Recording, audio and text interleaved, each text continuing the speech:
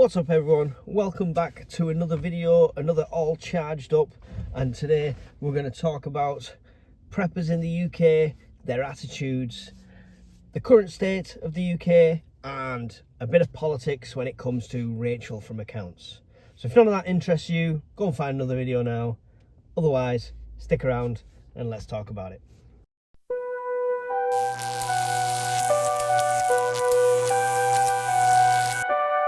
So we've just had the spring statement, not the emergency budget. It's not an emergency budget. No, it's definitely not an emergency budget. It's just a spring statement.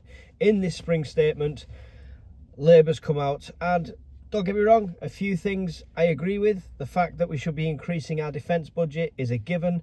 I think we should be going a lot further than 2.5% personally. And in the current state we are, I think a big section of that should go into civil defence and restarting or arming the nation. Not arming them, but you know, having a civil defence corps, a dad's army, a home guard, whatever you want to call it, but getting the citizens involved more in it and getting citizens' advice over to them. Every other country in Europe right now is producing some sort of emergency leaflet that covers what to do in case of war, invasion, etc., bombs, blah blah blah, making sure you've got 72 hours worth of food, water, etc. And every single country across Europe is producing these leaflets, apart from us. And it's funny because I put a post on my Facebook saying, you know, everyone's prepping apart from us, why we got this attitude sort of thing. And it basically came back saying, well, if there's going to be a war, we're just going to get toasted straight away and stuff like that. People just think, you know, as soon as war is declared, loads of nukes are going to land on the UK and we're going to be a glowing radiation island. Not saying that's a complete impossibility, but it's very unlikely. Mutually assured destruction, simple as that. Even if the UK itself, even if the Trident system's not sufficient enough to be a deterrent, because it's failing all bloody tests it's having, the rest of Europe would retaliate to whoever did it as well. And the mutually assured destruction thing is legit, and I think unless somebody was completely backed into a corner, they're not going to really press that button. Even if they do nuke somewhere, it's going to be tactical, it's going to be very pinpoint, it's more than likely going to be air burst or atmosphere burst to create an EMP. That's the extreme. That's not what we need to prepare for right now. That's big budget prepping if you really wanted to go and dig a bunker and survive the apocalypse that way, etc. But what we should be preparing for is the knock-on effects of conflict spreading across the world, which it is in different places. We've got 2 different theatres of war at the moment, possibly a third cropping up soon. And with that, we have less opportunity to import energy because the people we import it from are having the same issues, and it's like it's a chain reaction. So they're cutting off their power, so okay, we can't export anymore, etc. And we are running sometimes at like quite a high rate of importing to meet our energy demands, which are only getting more and more with EV cars, with AI. That's only going up. There's only one way energy demand is going. So what we are preparing for are the knock-on effects of a war. The infrastructure attacks, cyber attacks, things like that. If you're new to this, you're completely new to this, go and check out Channel 4. There's a drama / documentary. It's not a documentary as such, but it's filmed in that kind of rugged way, but it's called Blackout. And there's a few different things called Blackout, like there's a series and stuff like that. It's not that. Go and check it out. You'll know it when you see it. It's like all home movie camera filmed. It looked like half of it, right? So go and check that out. And it's an insight into if we got hacked and the power systems went down and we were without power for a week. In some ways, people would say that's very ambitious, because if it was down for that long, it wouldn't really get back up, or it'd take a lot longer to get back up and running, etc. Especially the state we are now compared to when that was made, because now we have a lot less spares and stuff because they've been sent over to Ukraine, etc. So, interesting watch anyway. but that's what we're preparing for. Getting this message across to people has been my only goal for this channel, for everything I do. And those who know the channel, who've seen it in the previous videos or seen the posts, know that I've been in the Daily Star. Now, this is the Daily Star that's actually targeted at US audiences, but obviously UK people pick it up as well, and it kind of spreads the word that way. Hopefully spreads the word that way. I'm getting told that, you know, I'm a sellout, right? Didn't get a single penny for this, by the way. No finances exchanged between me and the Daily Star. Just a reporter putting my story across. I asked him to make sure it wasn't like, you know, complete doomsday nutter, etc., and show the logical side of prepping.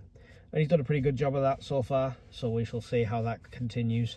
But I didn't have any monetary gain from it all. I didn't get 1 million subscribers sign up off the back of it or anything like that. Hopefully I got 2 or 3 people to think about prepping more.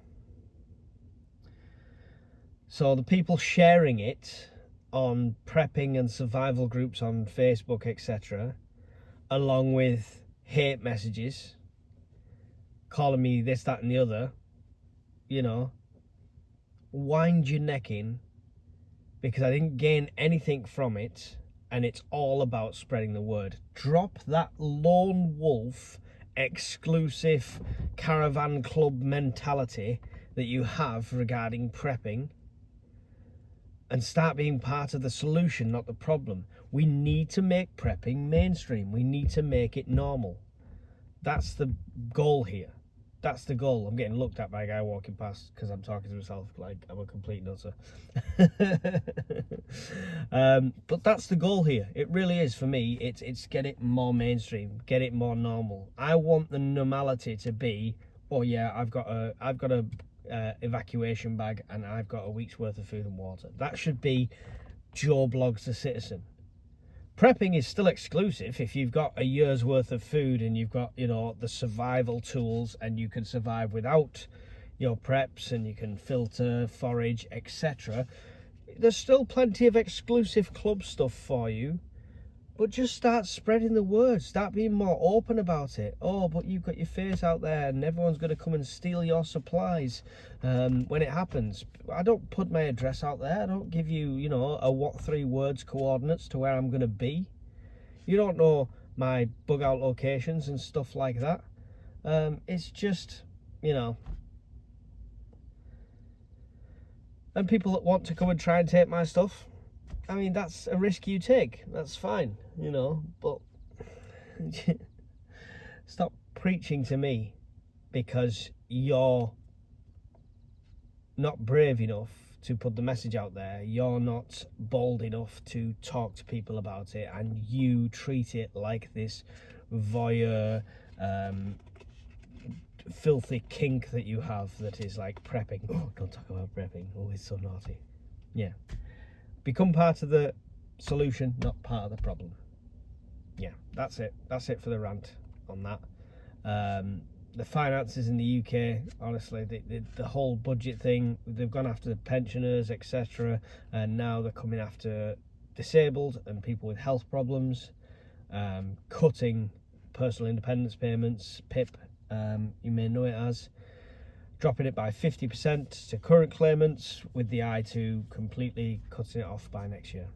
So, yeah, Labour has just gone after their core voting demographic, which is people that are out of work and people receiving benefits. They've just completely gone after them. They are definitely on target for never getting a vote again. Even some of the hardcore Labourites are like, what the hell's going on? Because they've not been the party of the working people, not since the 60s and 70s, etc. They are the party of the workless people. They are the benefit party. That's what Labour is, and that's what it's been for quite a while now. And they've just attacked one of their main audiences. At least when they went after pensioners, a lot of pensioners were Conservative voters, so they didn't bother them as much. But yeah, it's a complete political suicide, and it's not necessary. It's not necessary. Why are we cutting off our own population for anything, any money, when we are still sending so much overseas, on overseas aid, on supporting overseas conflicts? Why are we taking any money from our citizens' pockets when we're paying for other people's citizens? There is so much more you could save money on that doesn't affect the populace, and everyone can say it, but nobody wants to say it because they don't want to get tarred with a certain brush. You know, say anything of the like and you're far right instantly, apparently. So yeah, it makes no sense to me whatsoever. I feel like at one point we'd have a starving to death population and we'd still be sending food to other countries to help them more. It makes absolutely zero sense, economically, politically, and it's nothing to do with reputation and being seen on the world stage, because we're a laughing stock already and people know it. You know, our main military deterrent has failed the last 6 tests. Do we have a deterrent? Our military is in tatters. Recruitment is an all-time low.